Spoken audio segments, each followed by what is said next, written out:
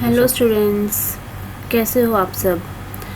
Welcome back to our channel easy way to study.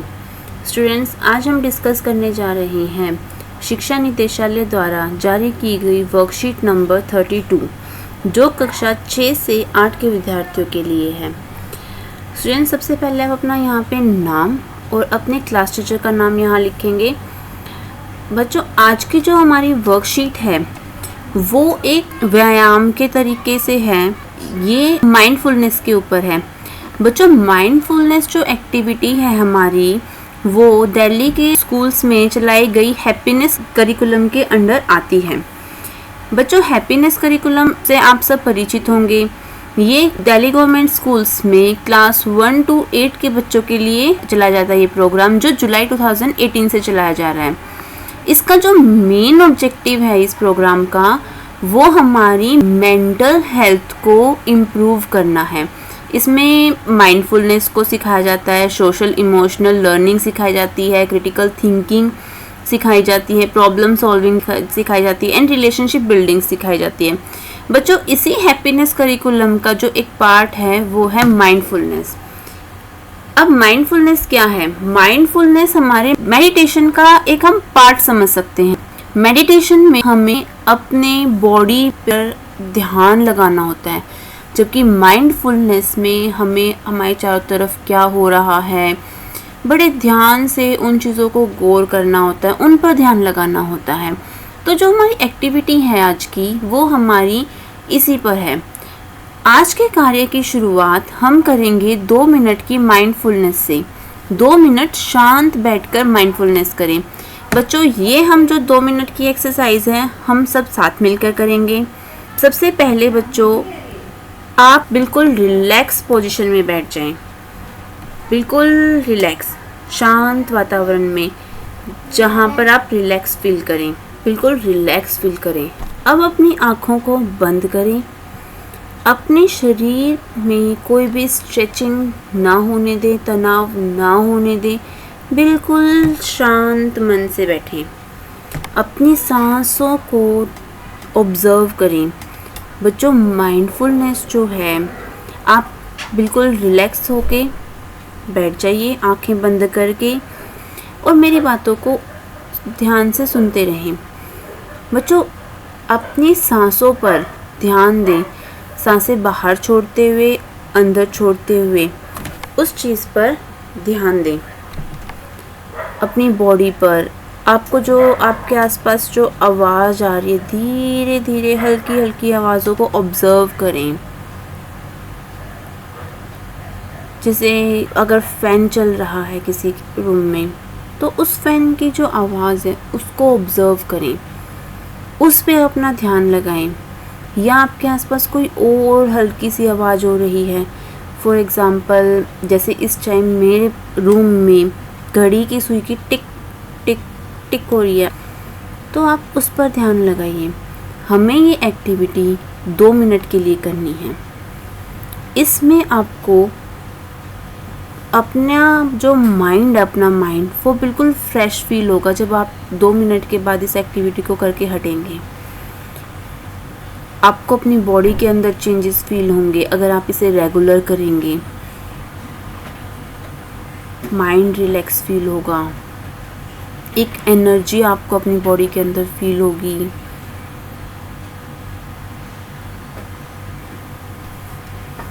बच्चों, इसको ऐसे ही लगातार कॉन्टिन्यूस हमें करना है।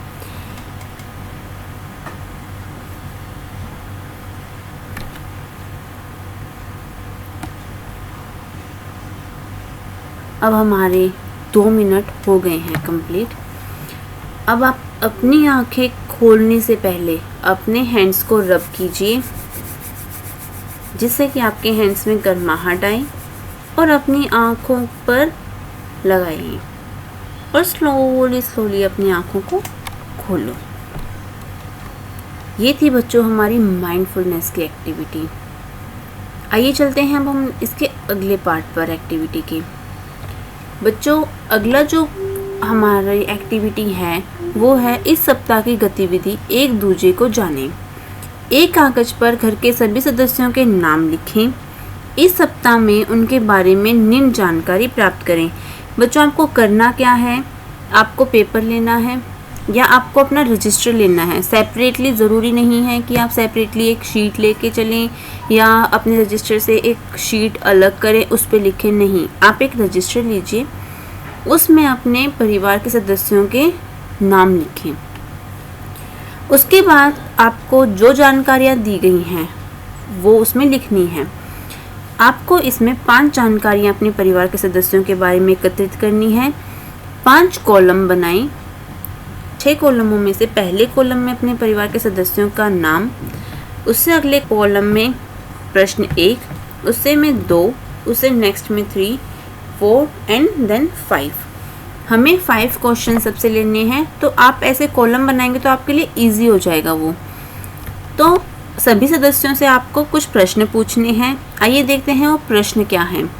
पहला प्रश्न है, आपके शौक क्या क्या हैं। जैसे मैंने अपनी छोटी बहन से पूछा कि आपके क्या शौक हैं, मेरी बहन ने उत्तर दिया, मेरे को बार्बी डॉल से खेलना पसंद है। मैंने अपनी मम्मी से पूछा, आपको क्या शौक है। उन्होंने जवाब दिया, मेरे को खाना बनाने का शौक है। मैंने अपने दादाजी से प्रश्न किया, आपको क्या शौक है। मेरे दादाजी स्कूल में टीचर थे, तो उनको लिखने का बहुत शौक है। न्यूज़पेपर में कुछ भी अगर उन्हें यूज़फुल लगता है तो वो उसे अपनी डायरी में उतार लेते हैं। तो आपको भी इसी तरह अपने परिवार के सदस्यों से पूछना है, सभी से, अगर वो छोटे हैं छोटों से, बड़े हैं बड़ों से, कि आपके क्या क्या शौक हैं। ऐसे ही आपको वो शौक लिखने हैं। दूसरा प्रश्न है हमारा, आप बड़े होकर क्या बनना चाहते हैं या चाहते थे। अगर छोटे हैं तो उनसे पूछे क्या बनना चाहते हैं, जबकि जो बड़े हैं हमसे, हमारे मम्मी पापा, चाचा चाची, ताऊ ताई, दादा दादी, या अगर हमारे साथ हमारी बुआ फूफा रहते हैं, तो जो भी हैं बड़े हमसे, वो ऑलरेडी बन चुके हैं। तो वो क्या बनना चाहते थे, क्या वो बने वो, या छोटे हैं वो क्या बनना चाहते हैं। जैसे कि मैंने अपनी छोटी बहन से पूछा कि वो क्या बनना चाहती है, तो उसने कहा मैं डॉक्टर बनना चाहती हूँ।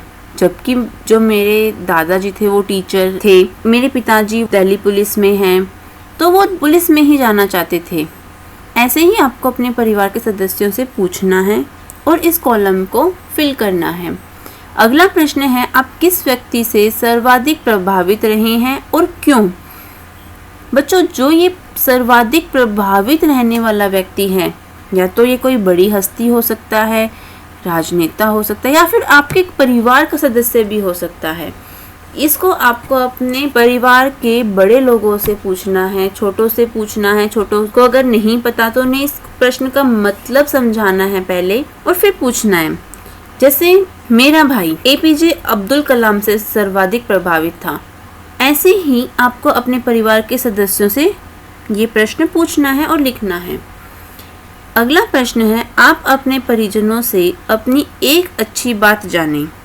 बच्चों, ये प्रश्न जो है ये बड़ा ही मज़ेदार और इंटरेस्टिंग है।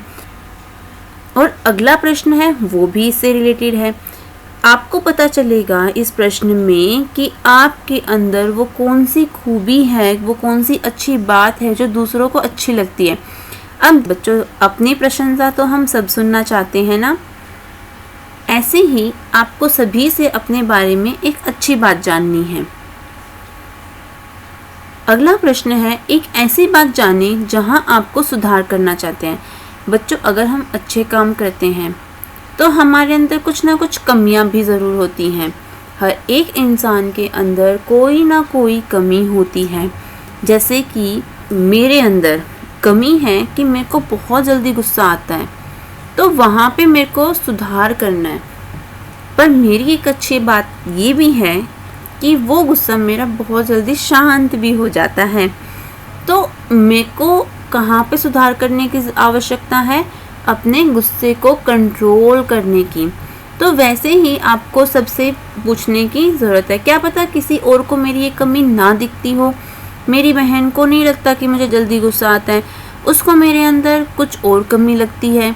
तो ऐसे ही आपको अपने परिवार के सभी सदस्यों से पूछना है कि आपके अंदर कौन सी अच्छी बातें हैं और आपके अंदर कौन सी कमी है जिसको आपको सुधारना है। तो बच्चों, ये थी आपकी एक्टिविटी। यहाँ पर हमारी वर्कशीट नंबर 32 कंप्लीट होती है। आई होप बच्चों कि आपको ये वर्कशीट अच्छे से समझ आई होगी। बच्चों, जो ये माइंडफुलनेस की एक्टिविटी है, जो हमारी हैप्पीनेस करिकुलम का पार्ट है, ये हमारे माइंड के लिए बहुत ही अच्छी एक्टिविटी है।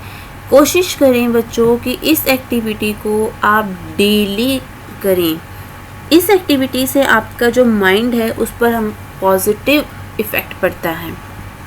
बच्चों, हमारे चैनल को सब्सक्राइब करना ना भूलें, साथ में बेल आइकन बटन ज़रूर दबा दें जिससे कि हमारी नेक्स्ट वीडियो आते ही आपको तुरंत नोटिफिकेशन मिल जाए।